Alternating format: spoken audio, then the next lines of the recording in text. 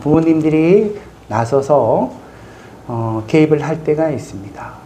하민이, 하준이가 어릴 때부터 다툴 때 어떻게 해야 되나, 개입을 해야 되나 말아야 되나 이런 고민들을 할 때도 많이 있었습니다.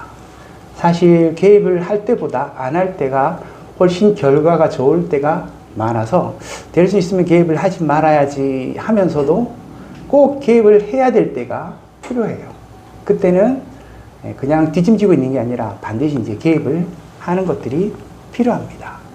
이게 사람과의 관계에서도 보면 다툼이 있고 분쟁이 있을 때 누군가가 나서서 이것을 해결하지 않으면 그 다툼과 분쟁이 끝없이 이어질 수도 있잖아요. 그래서 언젠가 그것을 누군가가 나서서 개입해서 그것을 풀어주는 것들이 필요하기도 합니다. 때로는 나라와 나라가 분쟁이 있을 때 도저히 그 나라와 나라의 분쟁이 협의가 되지 않을 때 큰 나라가 나서서 개입하는 경우들이 있어요. 우리가 이 역사를 보면은 요즘 가까운 역사에 미국이 제일 큰 나라다 보니까 많이 개입을 합니다. 근데 미국이 개입해서 여러 가지 이제 해결을 하려고 노력했으나 그 노력으로 이렇게 해결을 보지 못하고 더 낭패를 보는 경우들도 많이 있었던 것 같아요. 그래서 이 개입을 어떻게 해야 되나, 또 어느 시점에서 해야 되나 이런 것들도 굉장히 중요한 것 같습니다. 지역아동센터의 교사들도 마찬가지입니다. 아동들이 이렇게 갈등이 생기고 문제가 생길 때마다 이것을 매번 이제 개입을 하는 것도 어렵잖아요.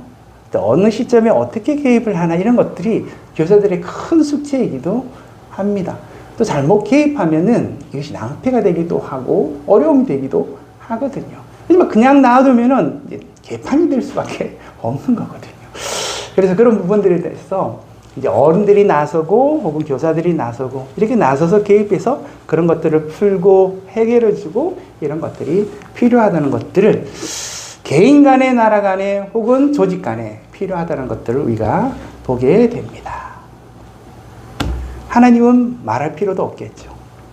하나님도 우리가 사는 이 인간의 삶의 역사에 가만히 뒷짐지고 계시지 않으세요.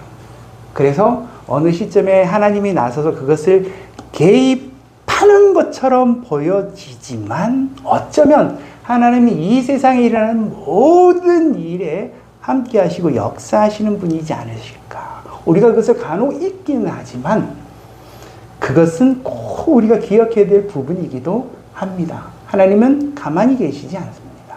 하나님의 인간의 역사, 인간의 삶, 여러분들 혹은 저의 삶 가운데 언제나 함께 하시고 언제나 개입하시고